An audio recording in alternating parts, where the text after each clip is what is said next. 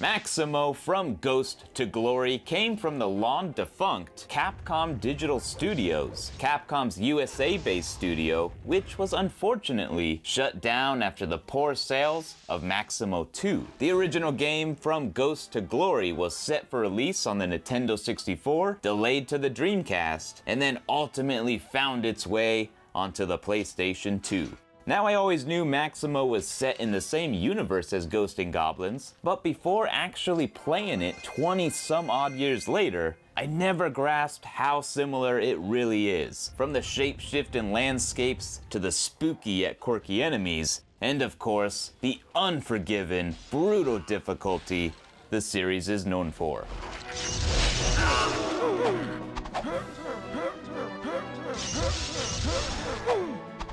Maximo doesn't waste any time or hold your hand. Right off the bat, you're thrown into the first world and left to your own devices. And wouldn't you know it, it's the iconic graveyard. From here, you'll work your way through 5 worlds: the graveyard, a dank swamp, an icy shipyard, the fires of hell itself, and finally the cold concrete of Castle Maximo.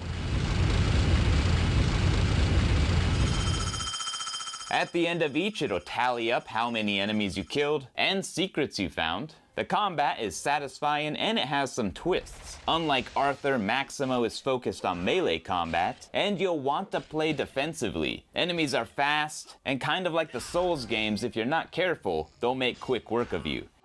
You have some quick slashes, a strong overhead, a spin attack, and a Zelda-style downward stab for a nice finishing blow.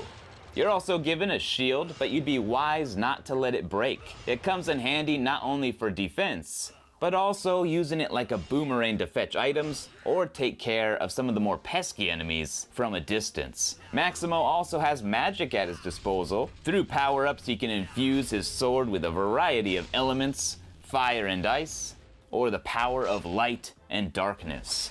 Power-ups you find will also give Maximo access to a lot of different moves and combos, which I find is one of the more unique elements to Maximo.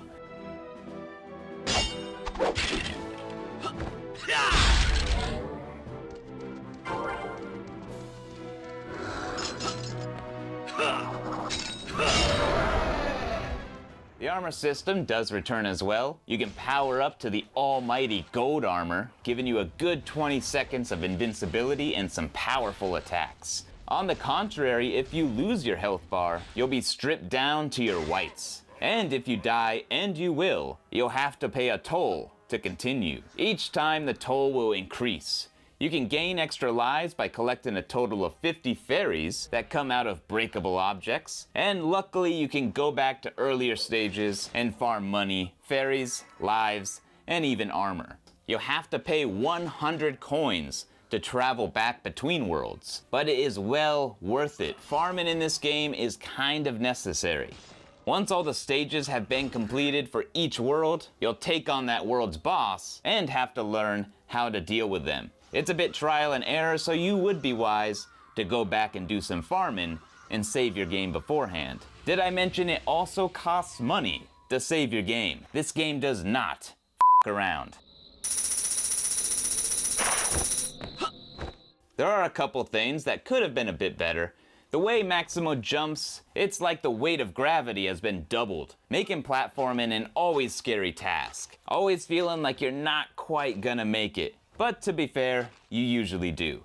In Maximo, you'll have to figure things out for yourself, which isn't a bad thing. But if you're not paying attention, you might not even realize how to activate the game's checkpoints, which is done by stabbing the ground at certain points in a stage. Or even how to save the game, which is done by standing on this cryptic triangle symbol next to a little pond in the hub world and then throwing in money. Normally, I appreciate a game leaving me to my own devices, but checkpoints and saves are two things I would have appreciated them being a little more forthcoming about. The gameplay overall is a lot of fun, and Maximo might just be one of the most challenging games I've ever played. And I'm one of those people who will argue that the Souls games are not all that difficult. Maximo, on the other hand, sometimes had me wanting to pull my hair out. But there's nothing quite like the gratification that comes from overcoming the challenge and triumphantly giving your TV the bird.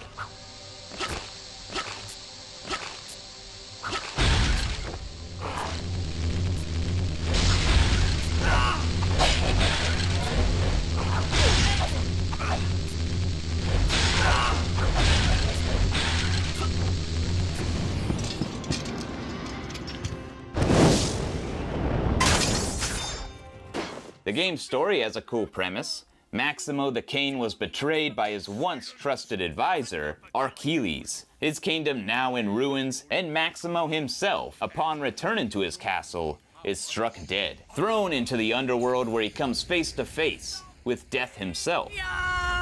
Behold, my dark power.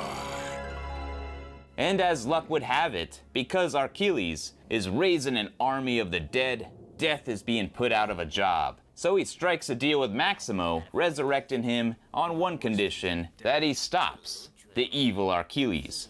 The cutscenes in the game are very straight to the point. I do like that typically, but it's almost too much. There's this really weird, odd quality to it, kinda like you're watching it on fast forward on a VCR. And then even some of the dialogue seems out of order. For his army. What's in it for me? So, I'll return you to the mortal world. How can I trust you? The presentation in Maximo is awesome. It looks and sounds great, and there's a lot of work put into the little details and flourishes that help bring this world's environment to life. The way the platforms rise and come out of the ground, or the creaky sounds of a gate swinging open. One detail I thought was cool is how the keys you collect continue to add up on your character's keyring. And also the camera movement has this really rather cinematic look to it, the way it tracks and moves around your character. Now you don't actually control your camera, but what they did here works really well. And of course the sound design and music is no slouch either. Composer Tommy Tallarico, also known for Earthworm Jim, did a great job, and inside these orchestrated tracks are a lot of musical flourishes calling back to those classic Ghost N Goblins tunes.